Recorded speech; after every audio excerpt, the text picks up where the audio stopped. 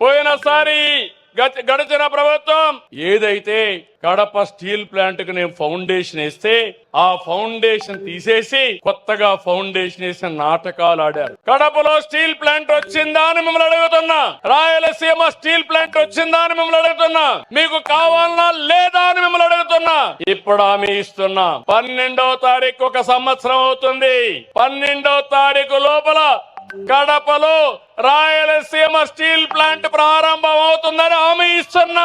5 సంవత్సరాలు చూసాం, ఎక్కడా కూడా ముందడుగులు వేయని పరిస్థితి కనిపిస్తా ఉంది. రాష్ట్రాన్ని విడగొట్టేటప్పుడు ఇదే కడపకు స్టీల్ ఫ్యాక్టరీ ఇస్తామని చెప్పి సంతకాలు పెట్టినా కూడా పట్టించుకునే పరిస్థితి ఇవాళ కనిపిస్తా ఉంది. ఇటువంటి పరిస్థితుల్లో రాష్ట్రం ముందడుగు వేయాలన్నా, రాయలసీమ ముఖ చిత్రం మారాలన్నా, ఇక్కడ మన పిల్లలకు ఉద్యోగ అవకాశాలు రావాలన్నా కూడా రాష్ట్ర ప్రభుత్వం ముందడుగులు వేయక తప్పని పరిస్థితి. ఈ ఫ్యాక్టరీ మాత్రం 3 సంవత్సరాలలో ఎట్టి పరిస్థితుల్లోనూ పూర్తి కావాలి అని చెప్పి దృఢ నిశ్చయంతో ఇవాళ ఈ ప్రాజెక్టు పనులను మొదలు పెడతా ఉన్నాం.